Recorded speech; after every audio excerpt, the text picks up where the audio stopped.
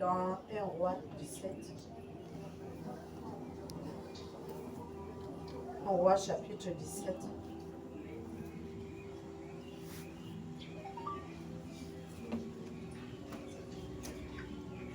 Un roi chapitre 17 verset 8 à 16.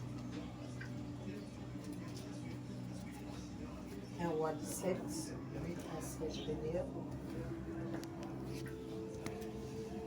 Est-ce qu'on peut se lever pour écouter la parole de Dieu?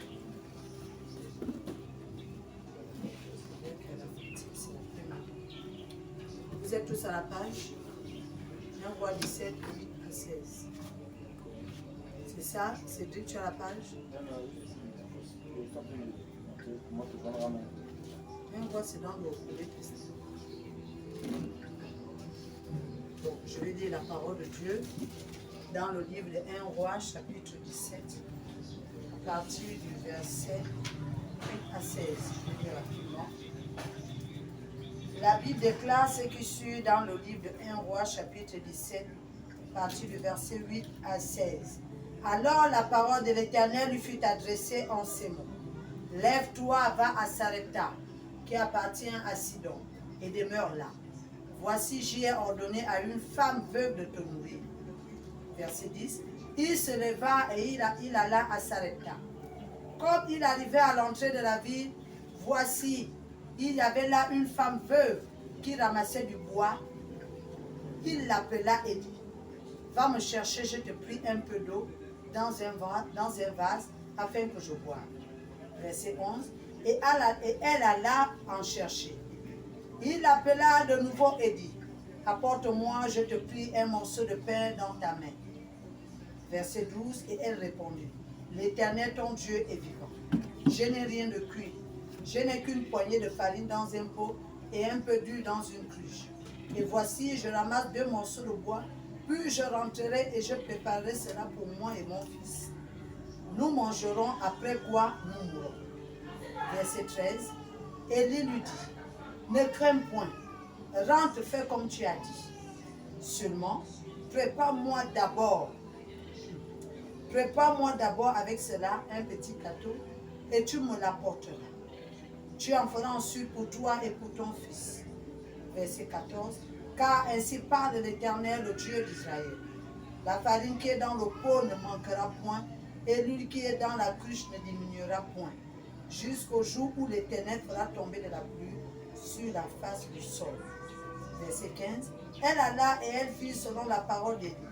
Et pendant longtemps, elle eut de quoi manger, elle et sa famille, aussi bien qu'Élie. Enfin, au verset 16. La farine qui était dans le pot ne manqua point, et l'huile qui était dans la cruche ne diminua point, selon la parole de l'Éternel, selon la parole que l'Éternel avait prononcée par Élie. Est-ce que tu peux acclamer le Seigneur? Est-ce que tu peux t'asseoir?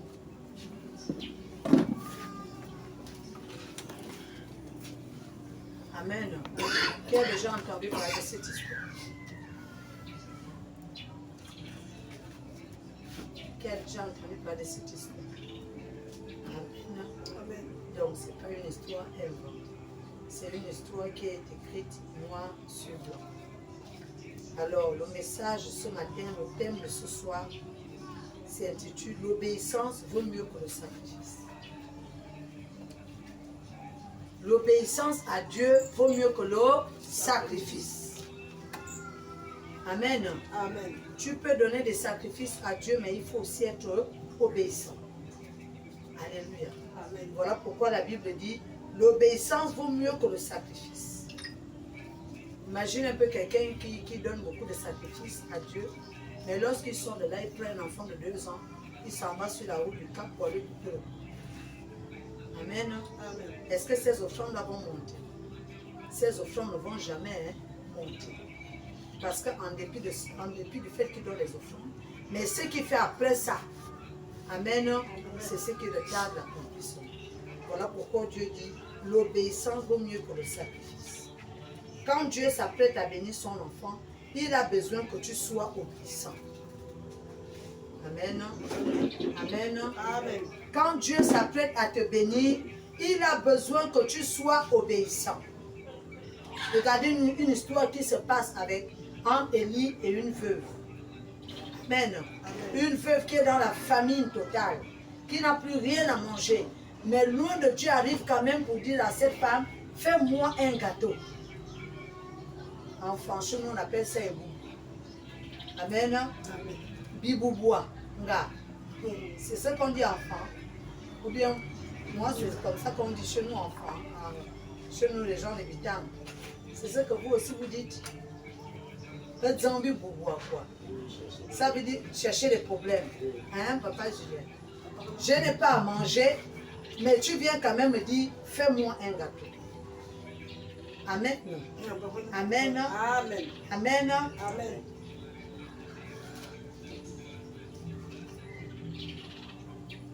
En dehors de ça, il dit d'abord à la femme, donne-moi de l'eau à boire. La femme, elle est dans les problèmes, elle n'a plus rien à manger, elle et son fils. Ça veut dire que le seul repas qu'elle va apprêter là, c'est le dernier repas qu'elle va prendre avec son fils. Après quoi, ils mourront. Mais loin de Dieu, amen, amen. Loin de Dieu, le serviteur de Dieu arrive, il dit à cette femme veuve qui n'a plus rien, de lui faire un gâteau. Amen. On appelle ça ébouboua. C'est ça. Chercher les problèmes où il n'y a pas. Alléluia. Mais cette femme a fait quelque chose qui va attirer la bénédiction de Dieu.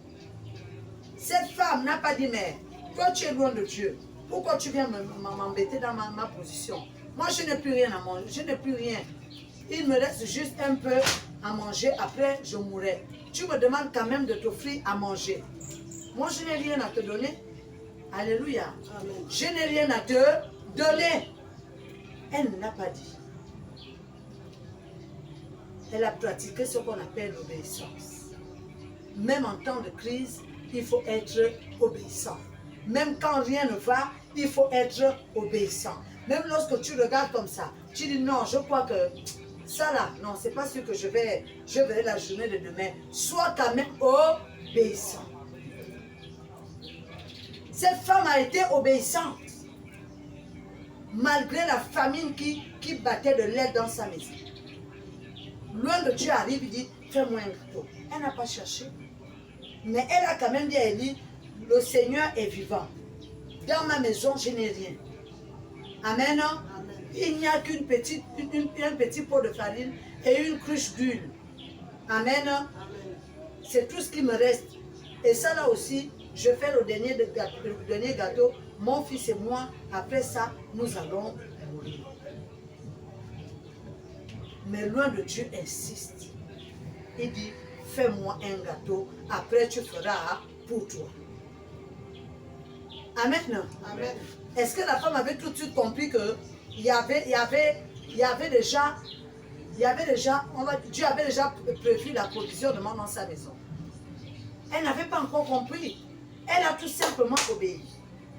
Amen. Amen. Elle a tout simplement obéi. Elle a pris les 2 morceaux de bois qu'elle devait faire le gâteau avec. Elle allait faire cuire un gâteau à Élie. Est-ce que ce sont les hôtels qui manquaient en Israël? Est-ce que ce sont les endroits où Dieu il peut te faire manger partout où il veut? Amen. Amen. Il n'a pas envoyé Élie chez cette femme parce qu'Élie avait faim ou que Dieu était incapable de nourrir son serviteur. Il avait envoyé chez cette femme pour voir si elle va être obéissante afin que Dieu change les conditions de sa vie. Est-ce que tu peux acclamer le Seigneur? Amen. Amen. Il y a des moments par lesquels nous passons. Quelqu'un arrive. Est-ce que tu peux me trouver ne fût-ce qu'un morceau de pain? Là, vraiment, ça ne va pas. Amen. Amen. Amen. Amen. Cette personne, Jésus peut se déguiser. Amen. Amen. Jésus peut porter le corps de cette personne. Nous devons faire attention lorsque les gens viennent devant chez nous. Amen. Amen. Au lieu de beaucoup raisonner, nous devons tout simplement obéir. J'ai envie de boire de l'eau, va simplement dans ton congélateur, tu lui donnes de l'eau. Alléluia. Amen. C'est ce que cette femme a fait. Nous allons maintenant voir ce que Dieu a fait dans la vie de cette femme. Lorsque Dieu veut accomplir sa volonté dans ta vie, sois obéissant. Amen. Amen. Lorsque Dieu veut changer les conditions de ta vie, lorsque Dieu veut t'amener à un autre niveau, amen, lorsque Dieu veut faire en sorte que tu puisses connaître une ascension particulière, il a besoin que tu sois obéissant. Il y a des moments même tu es assis chez toi, tu entends, va au carrefour la paix. Amen. Nous savons tout ce qui parle au carrefour la paix. Nous savons que le carrefour la paix, Sonore. Sonore, c'est en Gondje, n'est-ce pas? Toi tu es en Zanyon, ici c'est le sud. Amen. Amen. Ou bien à l'est. Toi tu es à l'est, Dieu te dit, va au carrefour la paix. Ou alors, va au rond-point du delta. Si tu n'es pas obéissant, amen, si tu n'as pas une oreille attentive, tu peux passer à côté de ta bénédiction. Amen. Amen. Si ce serait été une Gabonaise, elle devait dire quoi? Vous les pasteurs d'aujourd'hui, toujours en train d'escroquer les gens. Alors que Dieu amène cet homme-là pour te bénir. Dieu voit que tu es en train de mourir, toi et ton enfant. Il amène Élie parce qu'il a besoin que la parole qu'Élie va sortir concernant cette femme va changer radicalement le cours de la vie de la femme en question. Lorsque tu fais quelque chose pour Dieu, ne t'attends à quoi que ce soit. Tu le fais parce qu'un autre t'a été donné. Amen. Lorsque tu dois faire quelque chose pour Dieu, ne te dis pas non, je ferai ceci parce que je sais que j'aurai quelque chose derrière. Fais-le de manière désintéressée. Alléluia. Amen. Alléluia. Amen. Regardez ce qui se passe un peu dans la vie de cette femme, au verset 10. Il se leva et il alla à Sarepta. Comme il arrivait à l'entrée de la ville, voici, il y avait là une femme veuve qui ramassait du bois. Il l'appela et dit, va me chercher, je te prie un peu d'eau dans un vase. Ce n'est plus de l'eau, c'est maintenant. Va me chercher. Amen. Prends la farine et l'huile qui te reste, fais-moi un gâteau. Et au verset 12, et elle répondit, l'Éternel ton Dieu est vivant, je n'ai rien de cuit, je n'ai qu'une poignée de farine. Dieu a juste besoin d'un peu. Amen. Amen. Dieu a juste besoin d'un peu pour transformer ta vie. Amen. Est-ce que vous avez entendu que cette femme avait un sac de farine chez elle? Elle n'avait un petit pot de farine. C'est ce que Dieu a pris et il a transformé la vie de la femme. Dieu a juste besoin que tu fasses un petit geste pour que toute ta vie change. Amen. Amen. Amen. Amen. Voilà pourquoi la Bible dit, l'obéissance vaut mieux que le sacrifice. Alléluia. Amen. Cette veuve n'avait rien compris de la visite d'Élie. Nous devons servir Dieu sans faire de calcul, sans s'attendre à quoi que ce soit, car Dieu sonde les cœurs et les reins. Cette femme elle-même, elle ne pouvait même pas savoir, elle n'avait même jamais pensé que quelque chose allait se passer après avoir préparé le gâteau d'Élie. Amen. Amen. Elle ne l'avait jamais su, elle ne l'avait jamais calculé. Elle a fait tout simplement le gâteau comme ça là. Amen. Et comme quoi, après avoir fait le gâteau au serviteur de Dieu, après avoir nourri le serviteur de Dieu, maintenant qu'est-ce qu'il vient dire au verset 13? Il vient dire au verset 14, car ainsi parle l'Éternel, le Dieu d'Israël. La farine qui est dans le pot ne manquera point, et l'huile qui est dans la cruche ne diminuera point, jusqu'au jour où l'Éternel fera tomber de la pluie sur la face du sol. Est-ce que tu peux acclamer le Seigneur? Alléluia. Amen. Alléluia. Amen. Nous devons être obéissants. Nous devons être obéissants. Alléluia. Amen. Nous devons être obéissants. Dieu peut te bénir même à travers, je ne sais pas, à travers même, je prends un exemple, tu es là, net devant la SCG, tu attends le taxi. Nous savons qu'entre midi et 2, il y a souvent du monde à cet endroit. Tu demandes 300 cafoules en bas. Il y a une vieille maman aussi à côté de toi, elle demande 200 cafoules en bas. Alléluia. Amen. Mais évidemment, le taximan te prendra, toi qui demandes 300, qui propose 300. Mais si tu es un enfant de Dieu, si tu as la chose de Dieu en toi, tu vas dire, je donne les 300 là pour cette maman. Amen. Amen. Ne fût-ce qu'à travers ce petit geste, Dieu peut te bénir. Amen. Amen. Amen. Amen. Nous devons être des enfants obéissants. Partout où nous allons, la parole de Dieu doit être avec nous. Tu arrives même dans une salle, tu vois que même dans Sogatra, à l'époque quand on prenait Sogatra, tu vois un vieux papa qui est debout. Amen. Amen. Mais toi tu es assis. Alléluia. Amen. Alléluia. Amen. Mais Dieu a honte de nous parfois lorsque nous faisons ce genre de choses. Tu sens que le vieux papa va partir du PK5 pour, on va dire, pour Mélène. Debout. Debout. Alléluia. Amen. Alléluia. Amen. Mais si tu es toi, si tu es enfant de Dieu, en tant qu'enfant de Dieu, tu dois céder la place à ces vieillards. Ce sont des petits gestes comme ça là qui attirent la faveur de Dieu. Amen. Amen. Amen. Amen. Nous devons être obéissants. L'obéissance est mieux que le sacrifice. Tu peux venir dormir ici à l'église pendant une semaine, soi-disant, tu viens dormir parce que tu fais un travail spirituel. Mais dès que tu termines ce travail spirituel-là, tu deviens désobéissant. Est-ce que ce travail peut marcher? Ça ne peut pas marcher. Et tu vas te dire, non, chez mon Christian là-bas, la prière n'est pas bien. Non, là-bas, on ne prie pas bien. Non, on prie bien. C'est juste que c'est toi qui ne sais pas ouvrir la porte de bénédiction à travers les petits gestes que nous pouvons faire dans le quotidien, dans notre quotidien. Amen. Amen. Amen. Amen. Ton obéissance rendra la chose facile. Est-ce que tu peux le répéter après moi? Mon obéissance rendra la chose facile. Mon obéissance rendra la chose facile. Mon obéissance rendra la chose facile. Alléluia. Amen. Dieu peut changer le cours de ta vie à travers un petit geste. Amen. Amen. Amen. Amen. Tu vas par exemple en clinique. Tu es arrivé peut-être la 5e personne. Amen. Et tu as occupé la 4e place parce que celle-là peut-être attendue. Elle n'a pas pu supporter les parties. Tu as occupé la 4e place. Une maman arrive toute fatiguée. Amen. Amen. Peut-être même c'est une femme enceinte qui est prête à accoucher. Mais il va falloir qu'on lui fasse d'abord l'échographie pour voir ce qui ne va pas avec elle. Maman, je vais tu dors. Pour voir ce qui ne va pas avec elle. Alléluia. Amen. Mais toi tu dis non. Ici comment on le dit? C'est selon il y a un terme approprié là. Oui, c'est selon. Selon l'arrivée. Selon. Non, selon l'arrivée. Mais c'est selon. Oui, selon l'arrivée. Ou alors selon le numéro, on va dire. À chacun son tour. À chacun son tour. Quand tu le fais, mais le soir tu peux revenir dans ta chambre pour dire Seigneur, bénis-moi. C'est ce que la femme de Sarepta a fait. L'aveugle de Sarepta a fait. Si on poursuit pour lui, nous allons voir que cette femme est devenue riche. À travers les petits gestes. Est-ce que Dieu était incapable de nourrir son serviteur? Non. Il y a des gens, même tu vois quelqu'un arriver devant ta maison. Papa Julien, j'ai envie de boire de l'eau, s'il te plaît. Même s'il ne connaît même, pas parler. Non. S'il te plaît, monsieur, j'ai envie de boire de l'eau. Amen. Tu dis non, moi je ne suis pas là-dedans.